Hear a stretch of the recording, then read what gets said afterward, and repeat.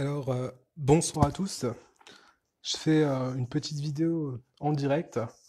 Donc, il est 20h48 exactement.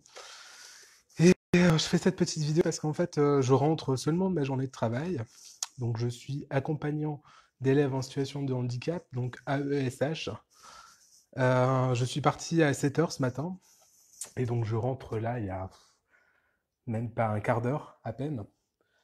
Et donc, je fais cette vidéo parce qu'en fait, voilà, j'en ai un peu marre. Pas forcément de mon métier d'AESH, ni j'en ai vraiment plutôt marre juste de la pression qu'on a en fait dans ce métier. Et je pense qu'il est important aussi de le dénoncer. Et c'est pour ça qu'il est important, je pense, euh, de venir ce mercredi 20 novembre. Il y a un appel intersyndical pour se mobiliser pour les AESH. Et donc, je pense que c'est vraiment important pour les AESH de se mobiliser, puisqu'on entend de plus en plus de paroles, que ce soit de notre ministre Jean-Michel Blanquer ou de Sophie Cluzel, la secrétaire d'État chargée du handicap, ou simplement de nos responsables directs au niveau académique, en disant que voilà, il n'y a pas vraiment de problème avec les AESH et qu'en gros, on grossirait les choses et que il faut arrêter en fait de faire simplement des conclusions hâtives. Sauf qu'en fait, je vis, moi personnellement, ma rentrée la plus compliquée de l'année, depuis le temps que je suis AESH. Donc ça fait 7 ans que je suis AESH. Et contrairement à ce que veut dire la rectrice, ce ne sont pas les jeunes AESH qui se plaignent de leurs conditions de travail. C'est bien en fait ceux qui sont en poste depuis plusieurs années et qui attendaient beaucoup des réformes de Jean-Michel Blanquer et qui malheureusement se rendent compte que malheureusement il n'y a rien de plus qu'avant. Au contraire, nos conditions de travail, elles se sont dégradées. Et c'est grave, en fait, que ce soit pour nous, les accompagnants d'élèves en situation de handicap, que pour les élèves. Moi, je le vois, je suis très attaché à faire correctement mon travail. Malheureusement, depuis cette rentrée, depuis septembre, j'ai pas l'impression de pouvoir faire correctement mon travail. Et les élèves en pâtissent vraiment de ça. Et je veux vraiment que ça se sache et que voilà, j'en ai un peu marre de cette situation. Puisque j'accompagne des élèves. J'ai toujours eu la chance d'avoir des élèves vraiment super sympathiques et bosseurs et qui ont envie de progresser. Et là, cette année, j'ai l'impression que vraiment, encore une fois, on empêche ces élèves de pouvoir progresser comme des élèves ordinaires, ce qui est le but normalement de l'inclusion scolaire, hein. Mais voilà. Au-delà de ça, voilà, je cumule une autre activité. Forcément, si je rentre si tard, c'est parce que je travaille à côté. Et voilà la réalité de la chose, c'est qu'en fait, on travaille toujours plus pour gagner à peine un peu plus, et ça devient pénible. Et je dis ça, mais moi, j'ai un regard assez, enfin, comment dire, assez large sur la situation, puisque voilà, j'ai la chance de rencontrer beaucoup de collègues. Et c'est pas les jeunes collègues qui démarrent cette année, en fait, qui se plaignent. C'est vraiment les collègues qui sont en poste depuis des années, qui sont en CDI, qui n'ont pas d'amélioration de travail, hein, de leurs conditions de travail, même s'ils sont en CDI. Hein. Toutes ces promesses-là faites de nos responsables ou directement du ministre, enfin, c'est du pipeau, quoi, franchement, parce que les collègues, elles n'ont rien de plus en tant que CDI. Elles ont pas. Enfin, voilà, donc. Là, j'ai un contrat de 3 ans, oui, donc j'ai de la chance, j'ai envie de dire, parce que moi, j'ai été payé. Donc oui, j'ai de la chance, j'ai eu mon salaire en septembre, en octobre, en novembre. Sauf que, ben voilà, là, mon frigo est vide, donc on est enfin, le 18 novembre, j'ai plus de quoi manger dans mon frigo. J'ai même plus la moitié d'essence sur ma voiture.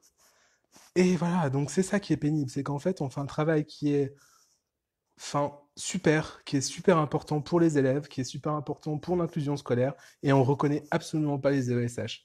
On les reconnaît pas professionnellement, c'est-à-dire qu'on est toujours à l'écart de l'inclusion en général, je veux dire à l'écart des réunions, à l'écart des concertations. Enfin, je veux dire, j'ai participé à la concertation nationale de Jean-Michel Blanquer. Nous faire participer juste pour faire acte de présence, ça ne servait à rien, monsieur le ministre, vraiment. C'était vraiment nous faire participer, nous écouter et entendre nos revendications pour les appliquer. Or, maintenant, on en paie les frais, j'ai envie de dire. On avait prévenu, on avait dit qu'effectivement, cette rentrée allait être difficile vu ce qui était annoncé par le ministre, et on subit en fait cette difficulté. Et les élèves la subissent aussi. Et c'est vraiment ça qui est pénible pour moi cette année, c'est de voir qu'en fait, j'accompagne des élèves qui méritaient vraiment d'avoir un meilleur accompagnement et que je ne peux pas leur donner parce que simplement on me fait travailler avec deux élèves à la fois. On me fait travailler. dans des cours avec plusieurs élèves à la fois, et c'est pas logique, parce que les élèves en pâtissent vraiment de cette chose-là. Donc voilà, j'avais vraiment envie de partager ça, et je sais que je suis pas le seul à penser ça, et je sais qu'on est des centaines dans l'académie, et que tout le monde n'osera pas forcément bouger ce mercredi, parce que tout le monde a cette épée Damoclès au-dessus de la tête, comme quoi nous sommes en contrat, en contrat, on est des contractuels simplement, donc on sait qu'on risque de perdre notre contrat, mais là, bah, moi, je le dis clairement, j'ai plus grand-chose à perdre. Je, je pense que je fais correctement mon travail et j'essaie de le faire au mieux, mais que malheureusement, on met des bâtons dans les roues et je peux pas avancer. Donc, j'espère que beaucoup de collègues se reconnaîtront dans cette vidéo et que beaucoup d'entre vous, je pense que beaucoup de femmes en fait font ce métier et j'espère que vous serez nombreuses à nous rejoindre ce mercredi. Donc au niveau académique, il y a deux rassemblements. Il y a un rassemblement devant le rectorat de Lille et un rassemblement devant la DSDEN d'Arras. Et donc je vous encourage vraiment, mesdames, messieurs, les AESH, à nous rejoindre pour dénoncer ces conditions de travail qui sont vraiment intolérables depuis cette rentrée. Au-delà de ça, j'encourage aussi toutes les personnes qui sont touchées de loin ou de près par l'inclusion scolaire à nous rejoindre.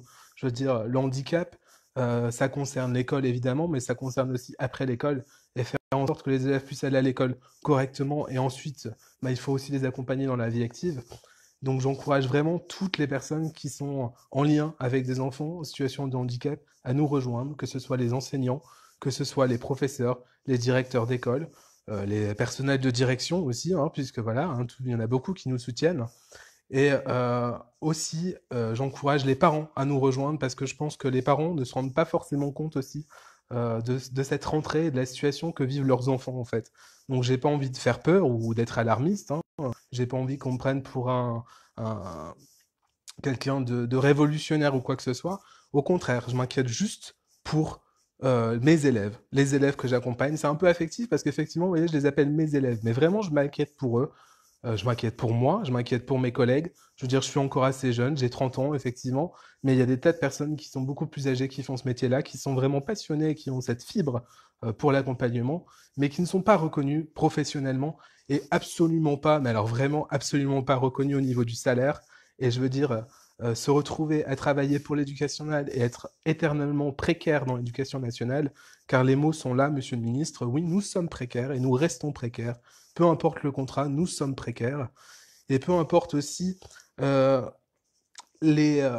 Il n'y a aucune reconnaissance au final, voilà. Donc on attend vraiment une reconnaissance du métier. Et je pense que je ne suis pas le seul à penser ça, vraiment, ou alors je me sentirais vraiment bête. Et, euh, et je pense qu'il y a beaucoup de gens qui en ont ras-le-bol. Et si des gens démissionnent, si des gens ne sont pas renouvelés, parce qu'il y a aussi cette question-là, des gens qui ne sont pas renouvelés, par exemple, de leur contrat, alors que Monsieur le ministre avait fait la promesse que toutes les personnes qui étaient en contrat aidé, par exemple, seraient automatiquement renouvelées. Et ben, on voit que malheureusement, les promesses ne sont pas tenues. Donc du coup, c'est un vrai ras-le-bol. Voilà, c'est juste le ras-le-bol d'un pauvre petit AESH qui termine sa journée à 20h30 et qui n'en peut plus pour gagner même pas 900 euros. Voilà. Je vous remercie, je vous encourage vraiment à partager cela, mais je vous encourage vraiment à venir discuter avec nous lors de ce rassemblement. Je veux dire, je pense que je suis pas le seul à avoir cette journée-là de dingue. Je pense pas que je suis le seul à voir que mes élèves en pâtissent des mesures prises par ce gouvernement. Et donc j'encourage vraiment, mais vraiment mes collègues à me rejoindre. Je suis prêt à discuter, je suis toujours là pour discuter. J'ai toujours dit à Monsieur le ministre que j'étais prêt à discuter. Malheureusement, voilà, pour qu'il y ait un dialogue, il faut qu'on soit ensemble. Et malheureusement, ben, j'ai plutôt toujours été exclu des choses plutôt que d'être invité à la table pour pouvoir discuter. Moi, je suis ouvert à la discussion. Je pense qu'il y a vraiment quelque chose à faire avec l'inclusion scolaire en France et que malheureusement, ben, on ne met pas les moyens. Je veux dire, voilà, on a beau parler de chiffres et dire que on augmente l'argent pour l'inclusion scolaire.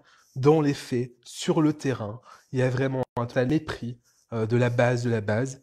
La base des bases, et vraiment la base des bases, c'est l'accompagnant, c'est celui qui est auprès de l'élève tous les jours, au plus près de l'élève. Mais vraiment. Donc, merci de votre attention, merci, je vois vos petits messages, etc. qui passent, ça fait vraiment chaud au cœur.